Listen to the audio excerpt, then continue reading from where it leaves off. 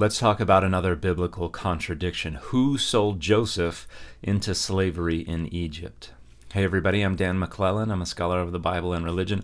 And if we look in Genesis 37, verses 18 through 36, we find this convoluted story where Joseph's brothers conspire to kill him. And then Reuben says, let's not kill him. Let's just throw him in this pit. And they do that, and then they see some Ishmaelites passing by. And then Judah says, let's not kill him.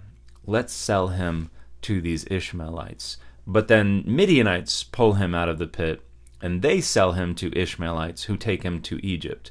And then Reuben comes back, and Joseph's not there, and they're all upset, and they come up with this plan to tell their father that Joseph was killed. And then Midianites sell Joseph to Potiphar in Egypt. So it's a very convoluted story. It seems to contradict itself in a number of ways. And there are apologists who have ginned up a lot of scenarios that are not in evidence that allow them to treat this as a single coherent story.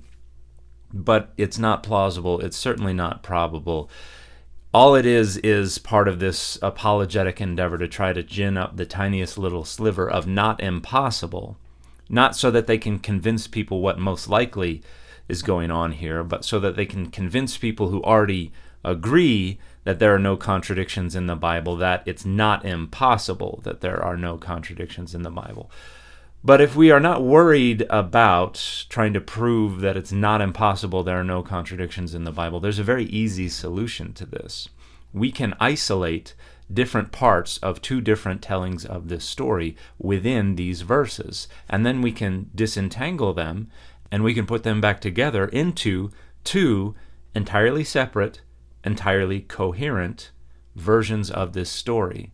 In one of them, Midianites pull Joseph up out of the pit, take him to Egypt, sell him to Potiphar.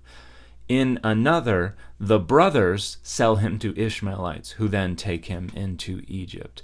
Likely, the scribe or editor who was responsible for this part of Genesis had two different versions of the story where Joseph is sold into slavery in Egypt, and rather than get rid of one and preserve the other, they decided to try to preserve both by weaving them together into a single narrative, and it resulted in these internal contradictions. But scholars are in pretty widespread agreement that we just have two different sources that were woven together, and when we disentangle them, we have two originally distinct, independent tellings of the story of how Joseph was sold into slavery in Egypt. And the fit for this video has been the Todd McFarlane Spider-Man.